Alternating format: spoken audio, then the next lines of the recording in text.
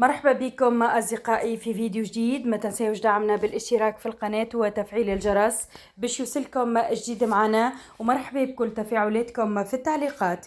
بعد نهاية تجربتها كضيفة قارة في برنامج جوديتو الذي تبثه قناة الحوار التونسي سابقا، وذلك إثر الأزمة التي حصلت بين الإعلامي أمين جارة وصاحب القناة سامي الفهري، تستعد الإعلامية بيا زردي لخوض تجربة جديدة في مجال التقديم، هذه المرة عبر برنامج استوديو نوف التي تبثه قناة التاسعة. وسيعرض البرنامج في سهرة كل أحد على الساعة 9.